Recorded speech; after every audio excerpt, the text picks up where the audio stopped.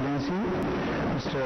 Ghanshyam Mangal, Member of Parliament and President, Indian Council for Cultural Relations, Dr. Vinay Sahasrabudhe, Secretary General, International Buddhist Conference, Sri Dhammapriya, Secretary Culture, Sri Anil Kumar, distinguished guests, ladies and gentlemen. First of all, I extend my heartiest greetings to all of you on this auspicious occasion of Dhammachakra Divas and Asar Purnima. It was today on Asar Purnima, some 2,500 years ago, that the word of wisdom was spoken out for the first time. On attaining enlightenment, the Buddha spent 5 weeks in a state beyond description. Then he started sharing with people the nectar he had discovered. It was in the deer park in Sarnath, near Varanasi, the ancient city in the eastern part of India, that the Buddha taught the Dhamma to his 5 original disciples. It was a momentous occasion unparalleled in the history of humankind. The day is also known as Guru Purnima. Hindus and Jains also celebrate it as a mark of reverence for their spiritual teachers. This day is an unbroken link to India's eternal pursuit of wisdom without dogma. I am happy to host the Asar Purnima celebration in the Rashtrapati Bhavan as part of our civilizational journey for welfare of the universe since time immemorial. The video message by the Prime Minister of India seen by all of us just now reflects the eternal values and positive approach of India. I am delighted at the very enriching message from the President of Mongolia, His Excellency Khaltmadin Batul, read out by His Excellency Mongolian Ambassador. I had the privilege to host the President of Mongolia as our honored guest in Rashtrapati Bhavan during his state visit in September last year. It was an occasion for us to deepen our civilizational friendship and to nourish our age-old Buddhist ties. Ladies and gentlemen, I am told that the International Buddhist Confederation, or IBC, with its presence in 36 countries, is holding the celebrations around the world. We, however, are in the midst of a virulent pandemic that has overwhelmed the entire humanity. Perhaps no part of the world remains untouched by this calamity that adversely affects every individual. As a precaution, we have to follow certain discipline and maintain physical distance. The IBC is therefore holding the events virtually. I believe that such an effort is praiseworthy because this makes it possible for a far larger number of people from all corners of the world to participate in them. Ceremonies and prayers are being organized at the sacred sites in Sarnath and Bodh Gaya in India, Kandy in Sri Lanka, and Gangam Tekshidin Monastery in Mongolia. Chanting of the Dhammachakra Pravartan Sutra by the Mahasangha in various countries is being streamed live. Friends, let us remind ourselves that the Buddha's first sermon was disarmingly simple. That sermon, known as Dhammachakra Pravartan Sutra in Pali, has a unique place in the Buddhist canon. Both practitioners and scholars revere it as the treasure in which the entire teaching is hidden. For 45 years after he attained enlightenment, The Buddha traveled across the vast regions of the Gangetic Plains to bring the healing message to the masses. Thus, he delivered a very large number of discourses, yet all of them, arguably, offered only variations and extensions of the key themes summarized in the first sermon. Of the Gangetic Plains to bring the healing message.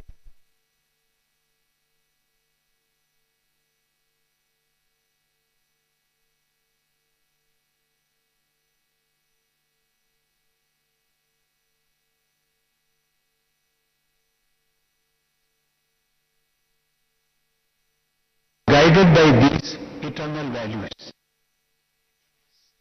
And he always sought to convince people through his logical and moral arguments.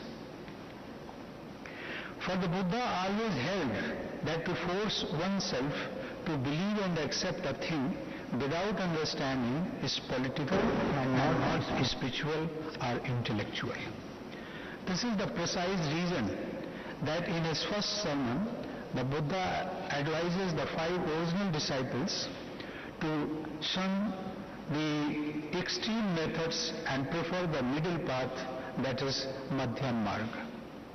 Then he speaks of the ultimate reality as given in the 4 noble truths, which are: first, dukkha or suffering; second, samudaya, the arising or origin of dukkha; third, nirodha, the cessation of dukkha; and fourth, marga, the way leading to the cessation of dukkha. I take this opportunity now As to solution invite of the our honorable president of as well India, as Sri human Ramnath potential, Kovind ji, to these give the 4 rise with his address. lines are unmatched in any tradition, spiritual or literary, in entire history. After the diagnosis of our ailment, the Buddha prescribes the meditation also, which is the noble 8-fold path to enlightenment, known as the Ashtanga Marga. It is a complete and perfect way of life. The 8 steps are: right view, right thought, right speech, right action, right livelihood, right effort, right mindfulness, and right concentration. In conclusion, the Buddha proclaims, I quote, "And a vision of true knowledge arose in me thus: my heart's deliverance is unassailable. This is the last birth. Now there is no more birth," unquote. Thus, the Dhamma Chakra, the wheel of truth, was set in motion. Ever since it has been the lodestar, helping spiritual seekers navigate through the maze of worldly life and arrive at the end of suffering here and now. It is so scientific that it resembles psychotherapy more than a traditional dogmatic religion. It is this open attitude of inquiry into the heart of existence and the possibility of finding the key to eternal serenity that has attracted seekers in every age for the last 2500 years.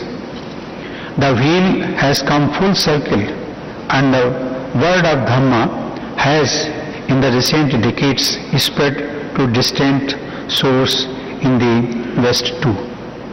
Dear seekers, India is proud of being the land of the origin of the Dhamma.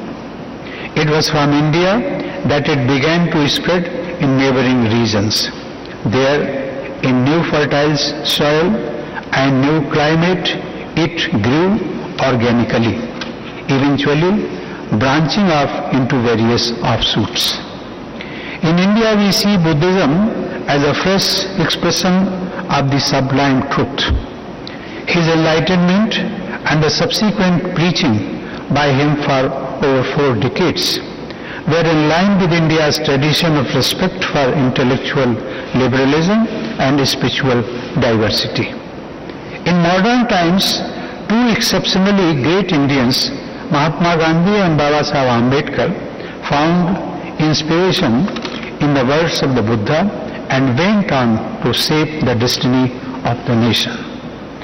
Following in their footsteps, we should strive to hear the call of the Buddha, to respond to his invitation to walk the noble path. The world seems full of suffering, in short term as well as in long term. There are many stories of kings and affluent people suffering from acute depression who took refuge in the Buddha to escape cruelties of life.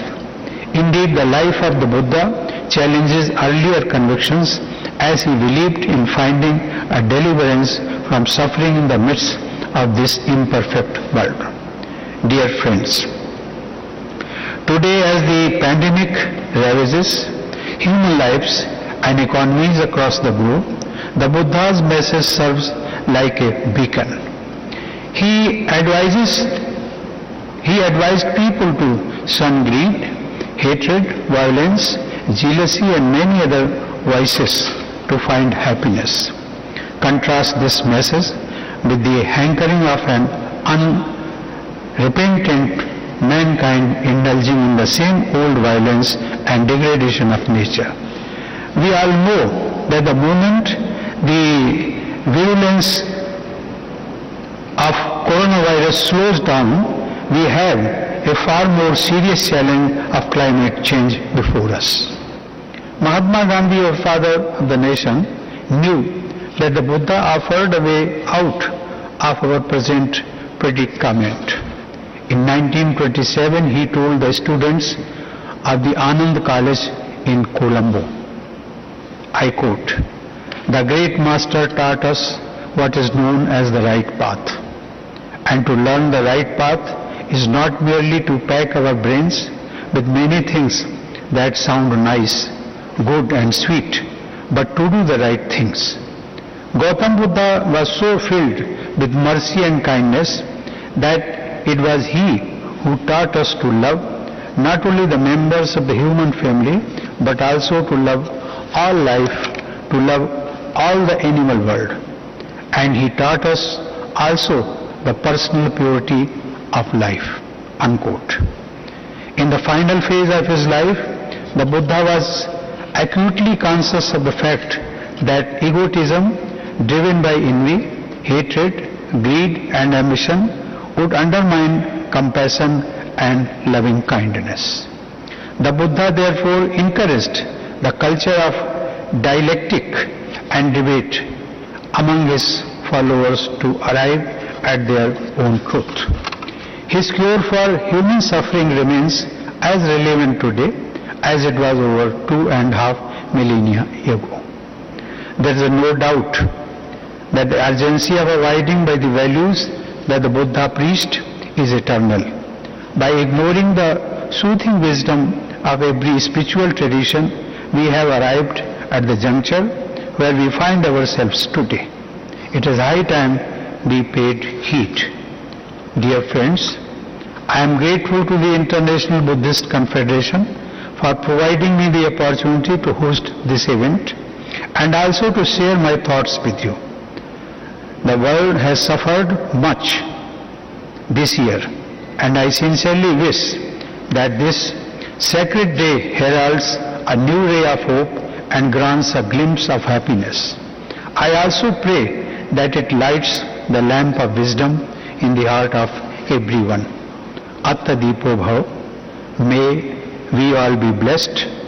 May we all awaken to wisdom. Thank you. Jai Hind.